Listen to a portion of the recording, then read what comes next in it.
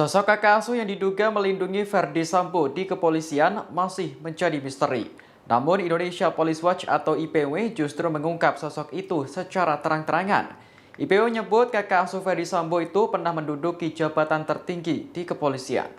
Ketua IPW Sugeng Teguh Santoso menduga kakak asuh yang dimaksud adalah mantan Kapolri.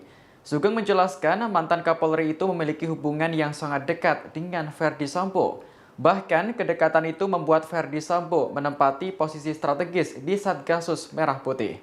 Namun Satgas tersebut kini telah dibubarkan oleh Kapolri Jenderal Listio Sigit Prabowo.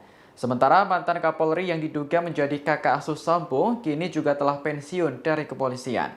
Terkait pembubaran Satgasus Merah Putih, Sugeng mengaku sangat mendukungnya. Ia menilai konflik of interest dalam Satgas tersebut sangat besar. Sebelumnya, dugaan adanya kakak asuh yang melindungi Verdi Sambo diungkap oleh mantan penasihat ahli Kapolri, Profesor Muradi. Ia menyebut sosok kakak asuh itu berperan membantu Sambo agar divonis ringan dalam kasus Brigadir J.